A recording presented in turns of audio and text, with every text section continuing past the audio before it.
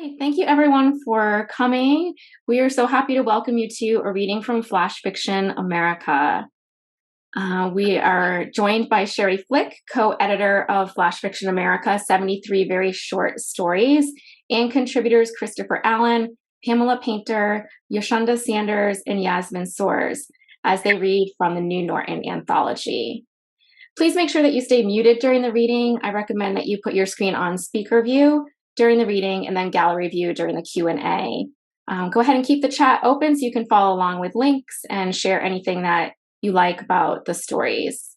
And we'll be putting the speaker bios and links in the chat as well.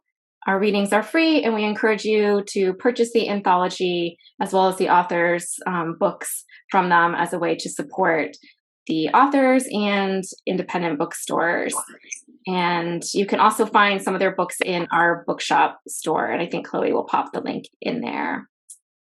All right, so Sherry Flick is the author of a novel and 2 short story collections. She is a senior editor at Smokelawn Quarterly, served as the series editor for the Best Small Fictions 2018, and is co-editor for Flash Fiction America.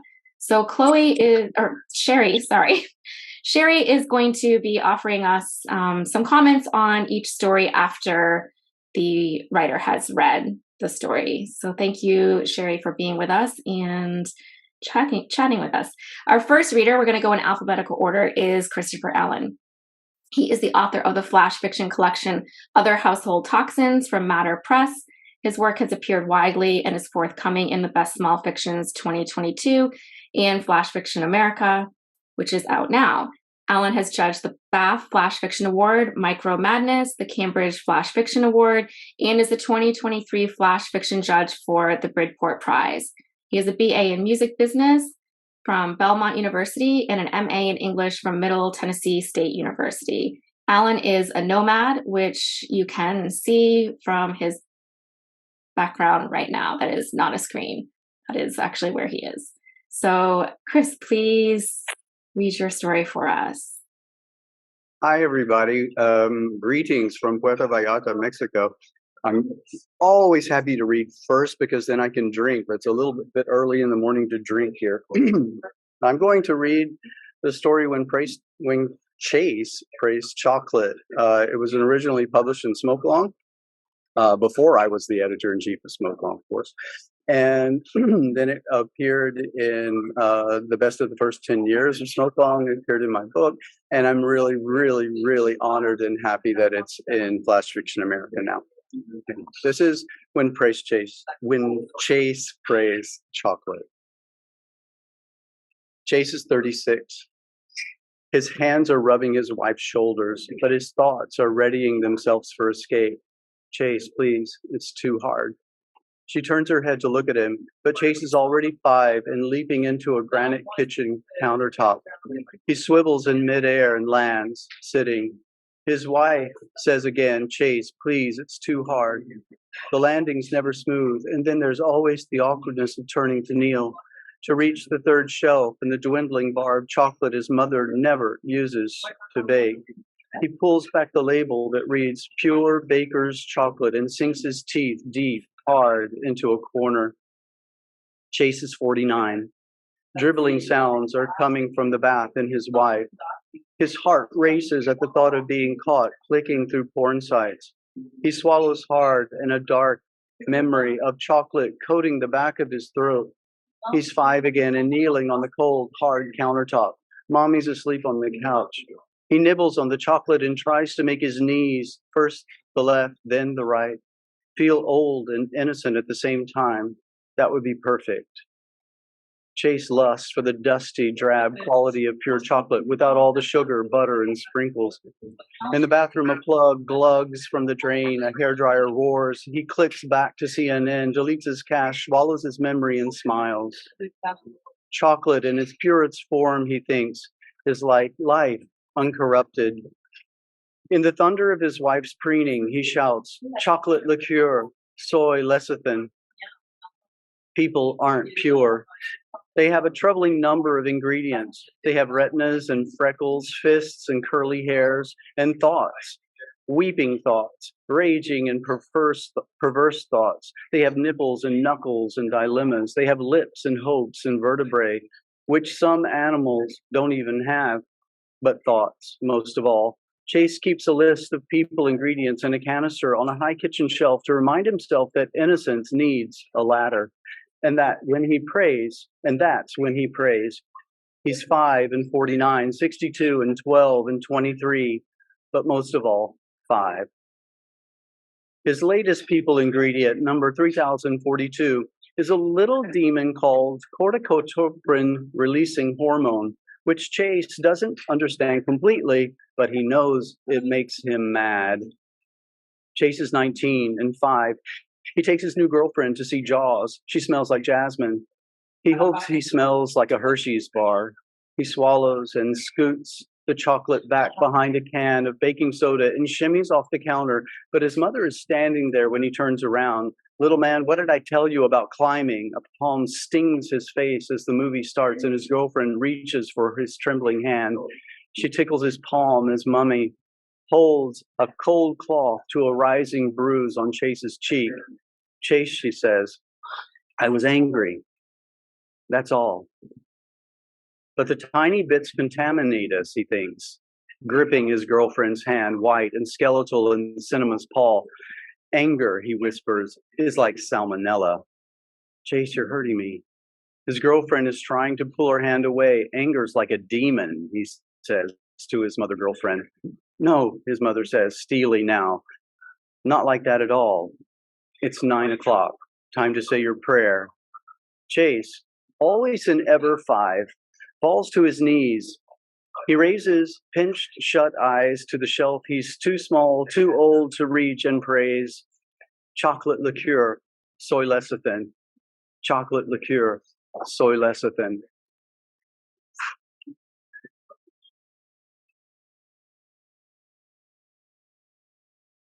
That was awesome, Chris. I'm Sherry again. I'm a co-editor of the anthology with James Thomas and John Dufresne, and I'm gonna make little comments after each author. The thing that we loved about this story that's so awesome to hear read out loud is the time element, right? The character is falling through time really fluidly, and that's just shows such skill in crafting the story. Then you have the interesting elements of chocolate, but bitter chocolate, right? Mixed with religion, praise, complications. The character's 5, the character's 40, and it all comes together, as a commentary. So that was what drew us into the story, and there we go. And got Chris, make Chris famous. Yeah. Thank you both. Thank you, Chris and Sherry. Our second reader is Pamela Painter.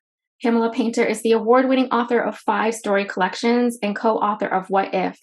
Her stories have appeared in The Atlantic, 5 Points, Flash Boulevard, Matter Press, Smoke Lawn Quarterly, among others, and in numerous anthologies such as Sudden Fiction, Flash Fiction, Microfiction, New Micro, and Flash Fiction America. She has won 3 Pushcart Prizes and Agni Review's John Cheever Award for Fiction. Painter's stories have been presented on National Public Radio, on the YouTube channel Chronogio, I'm not sure if I'm saying that right, and staged by World Theater in Los Angeles, London, and New York. And I know myself, and probably many of you, What If is a book that you keep on your desk and you use repeatedly for whenever you need a really good prompt to write. So thank you so much, Pamela, for joining us. We are very much looking forward to hearing. Thank you for having me, and I'm delighted to be in this anthology. So I will move into my story. Christopher, that was a great story. Wow. Those ages, the loop. Anyway, okay. My story is on page 173 in Sherry's anthology, and it is titled The Kiss. No one can guess, so she finally tells us. Actually, Mona doesn't tell. She sticks out her tongue at us, and there it is, a gold ball the size of a small pea, sitting in the creased rose lap of her glistening tongue. We all lean forward from our pillows on the floor, 7 of us, the wrung-out remnants of a grad party in the low candle stage. Inga asks Mona where she got it done. Cambridge as an undergrad. Rafi, our host, asks her why. She likes something in her mouth. My boyfriend wants to know what it tastes like. No taste. We're still peering into her mouth, so she lifts her tongue slowly, the rosy tip pointing up toward her nose.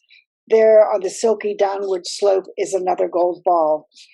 A ba-bal, she says, her tongue still showing off. And it is. A tiny gold barbell piercing her tongue. We settle back into our pillows, and she closes her mouth. My boyfriend, a chef at Valentino's, is probably wondering which taste buds sit in the middle of the tongue and if they are affected and how. Inga, the etymologist, is mouthing the word tongue, no doubt marveling at how the tongue loves to say that word. I can tell we're all wondering something. Our tongues feel heavy in our mouths, empty except for the privileged gold fillings and ivory bondings of the middle class. It occurs to me that Mona is not able to enjoy her barbell, enjoy the way the tip of my tongue visits a rough molar, soothes a canker sore moistly healing on its own, or wetly licks the hairy friction of chapped lips. I say, I wonder what it's like to kiss her. Everyone shifts and nods as if they were wondering the exact same thing. We turn to the man Mona came with, who shrugs and says he doesn't know. They just met 3 hours ago at Huddle's pub. Well, who's going to kiss her, Inga says. We all look first to the man she came with, and then at the other eligible male. No one counts mine, which disappoints him, and he lets it show. The man she came with weighs 13th century Inga bones after reducing them to ashes in an autoclave the size of a toaster. Rafi, our host, is a religion major, the Hellenistic culture, who thinks the world is fast approaching a non-religious end. I'll kiss her, he offers, then defers to the man she came with. Wait a minute, maybe not, Jory says, holding up her hand. She and I are in gender studies. Don't you think we should run it by Mona first? We all turn belatedly to Mona. Oh, she says, it's all right with me. The gold ball doesn't show when she talks. I wonder if it makes a dent in the roof of her mouth. The man she came with says, I'll kiss her. Neither man is looking at Mona. You choose, Inga says to Mona. Mona shrugs and points to Rafi. You offered first. He grins. Oddly, in perfect sync, they both stand up. No, do it here, we all say, here in front of us. But we needn't have worried. They had no intention of leaving. Mona and Rafi face each other above us. They are the same height. Mona's hands rest on the hips of her black jeans. Her elbows jut out, claiming space to equal Ralphie's greater weight. He has his hands deep in his pockets. We are all aware of his hands in his pockets. They stand inches apart, 2 inches apart. She tilts toward him first, just her shoulders and head, and then he catches her tilt, catches her mouth with his mouth. They kiss. They kiss tenderly and well for 2 people who have just met. Their heads glide with their mouths and their shoulders move ever so slightly. I imagine his tongue filling her mouth, sliding toward the ball, searching, pressing, perhaps turning it, rolling it, her tongue letting him. I imagine their hands aching to touch the other person, but refraining as if to abide by some set of rules. No one looks away. Minutes, but probably seconds later, they stop. It's pretty far back, Rafi says, and we all swallow with him. Mona turns and sticks out her tongue to show us she thinks not, and we see it's not so far, really, perhaps 1.5 inches. She turns back to Rafi and they kiss again, and we all watch them kiss. Even better the second time, harder, deeper, her tongue and his tongue, her generously letting him, that slight tilt, their scrupulous hands. They pull away. We have all been holding our breath. Well? They settle themselves cross-legged and facing each other. I imagine another night such as this for them, moving away from the kiss toward the questions and answers of getting to know someone, and that moment when they invite their hands to join the kiss. We listen as Rafi describes to Mona the amazingly hard muscle of her tongue, the cool surprise of the tiny gold ball, the flick past the ball underneath. They tilt toward each other. Rafi's hands talk. Mona is smiling that smile. She's got what she wanted. The man she came with leaves first. My boyfriend leaves with me, but we go home separately. We all go home with something missing on our tongue.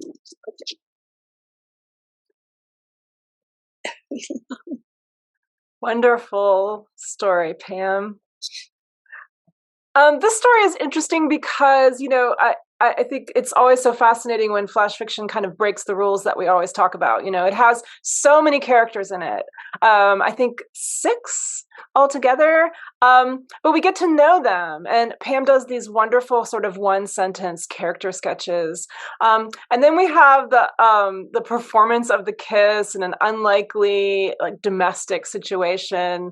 And I just love the kind of how compact the story is, both in the setting and then, of course, the gorgeous language that Pam always gives us. Thank you.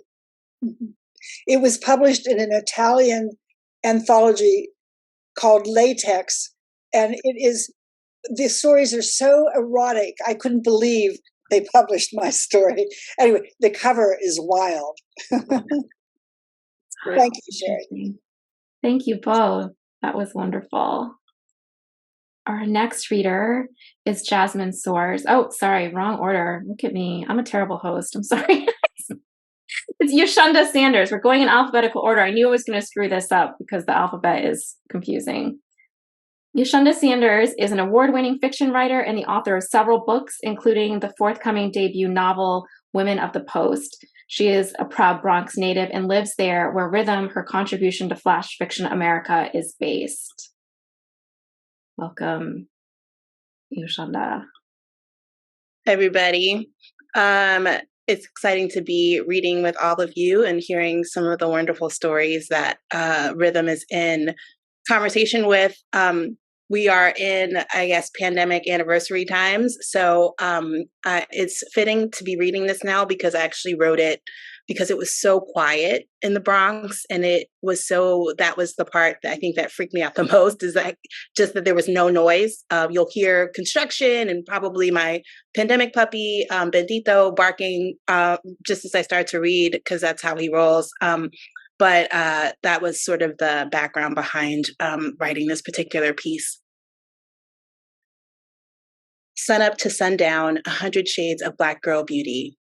Caramel and pecan colored, rays springing from our lips, mouths full as golden balloons, sweet as Jolly Ranchers. Sugar bubblegum breath, tongues grape purple, hair deep brown or bright pink, or braided royal blue, slicked with shea butter and coconut oil, edges smooth and dry elbows oiled like our thirsty shins. We stay ready, we don't need to get ready. We spring after winter, a breeze of competition, eyes prying youth open to look inside at our becoming, hips spreading womanhood wide, east and west, bass flying through rattling windows, energy lodged in earth thrumming, shoulders curved in, protecting our hearts and the fly chains at our necks from the chill as our bodies learn to be the sounds of the city. Our souls sway to drums that never stop pulsing. Our feet never stop moving. If we can't move, we don't exist. We are somebodies. So we rock, we roll, we slay with Janet Jackson levels of control. Spring, a short bridge to summer, means time to show these people we mean business. We pound out hood Morse code on cafeteria tables, rocking steady, swaying up against the wall with our loves, legs scissored, hair turning back from the humidity we make as we become songs. We groan in every moment we steal, singing to our own soundtrack. Tamika and Emeka and Ayana and Monique, make another party with us, names like songs, like prayers rising from the Atlantic floor, so we would always be music. A drum beat, a declaration, a love song. A step, a cheer, a chant with our mouths, the beat vibrating from hands on flesh. We make celebration between the long hours of what else is there, passing notes or sending texts or watching the timelines and scrolling. Sweat reminds us we are alive and we are here and we are planted. We want to move our bodies south and north and rise up in freedom. We are Six of Wands tarot cards blooming victory. We are radiant empresses of earth, stepping and dancing, winding hips all in the street. These Air Maxes were made to stomp to the rhythm. It is ours, and it is from Africa to Brazil, to DR, to Trinidad, to Grenada, to Harlem and the Bronx, and Queens and Brooklyn. When it's time to step and clap, step, step, clap, we get it poppin', a force all its own, launching. We own these streets when the rhythm come down. We came to rock. Rhythm is our national anthem, our prayer, is our religion, is the hope and the dream of the rebel. We're not just dancing to the music you hear, but the music you can't, the lyrics in our blood, the thrum of the soil, our ancestors dancing, singing, swaying with us, quaking the earth. We predators, bitch, not prey. Give us back our smiles from your staring, your leering. Snatch back our proud chests, cities aloft from your grubby ass hands. We say our rhymes together and cast a circle big as the city. Wide as the river we shake down to our core. We lift up like we praising Oya and Egun and Oshun. Our rhythm is praise for the sky, teeth shining white in the sun. We give you our bodies, our daily bread, just to dance. When we step and snap and slap our skin to the beat, our ancestors are keeping time, echoing in traffic, pumping our chests, arching our backs. We get low, low, low, so we can burst up and out like uncapped hydrants, flow out into these streets until the water seeps in, seeps down, and we out. Thank you. Fabulous. Oh, it's so great to hear that out loud. So, we loved this story from the get-go because of the celebration and the language in it. It was just, this burst of wonderful energy. And I love how the city itself is a character, the celebration of Black girls and the power of, community is just like, crashing from the story. And, the language itself reflects the movement of the people within the piece. And so I just think, because part of Norton Anthologies, they're teaching books too. And I just thought in a classroom, this would be just a wonderful example of how, the language can, help depict the tone and mood of a place and a piece. So thanks. Thank you both. That was really amazing. Okay, our last reader is Jasmine Soares. Jasmine Soares is a Kundiman Fellow and Indiana University MFA alum whose work appears in such journals as Plowshares, Smokelong Quarterly, Fog Lifter, and many more. Their flash collection, The Anchored World, was longlisted for the Penn Robert W. Bingham Prize for debut short story collection. They are proud to serve as an associate editor for Fairy Tale Review. Originally from Buffalo, Soares now lives outside St. Louis. Welcome, Jasmine. Hi, thank you. This story appears in my collection. Oh, can you see it? Oh. It's on page 213 of the anthology, and I do have a prop to show you first. Here you go, bud. No, this is a prop, and he's trying to eat what I gave him. I had to bribe him to come visit me. Anyway, here we go. All Your Fragile History. I got this DNA test for my dog because he looks like a cloud, and he looks like a luck dragon, and he looks like something your lint roller picked up when you banged it around under the couch for the first time in 3 years. And I was sick of people asking, sick of having no answer when they did, so I followed all the directions on the packet I got him first thing in the morning before he could take a sip of water, before he could go lick the other dog's eyeball, before he could root around the other dog's asshole with his tender pink snoot. I got him and I swabbed his gums while he jerked to and fro like a malfunctioning Furby, and I stuck the Q-tip in the test tube and sent it back to New Jersey, postage paid, no problem. And I sat back to wait the appropriate amount of time for some lab coats to put his elementals into a centrifuge and spin it around until they could draw out all the threads of him and look at his heritage as if it were a map. as if they could build him his own family tree, as if they could slot him into some ongoing canine narrative and say, his people left France in 1647 and roved across the English countryside before boarding a ship to Mexico. It all makes sense now, how he makes that weirdo monkey sound, how he howls and shakes when he's excited, how he shrieks when you approach the door to leave him. And anyway, it took 2 weeks exactly, and I woke up to an email telling me he was not half cumulus, half cryptid, but half rat terrier, a quarter miniature poodle, a quarter chihuahua, and I looked at him and I said, Huckleberry Finn, you have never caught a rat in your life. And he looked at me and didn't say anything. I assume because he was ashamed of his failures as a vermin exterminator. And I assume because he wanted to make a point about my hypocrisy walking around with this face and not getting a DNA test myself. But let me tell you, white people love to take DNA tests. White people love to parcel out what kind of white they are.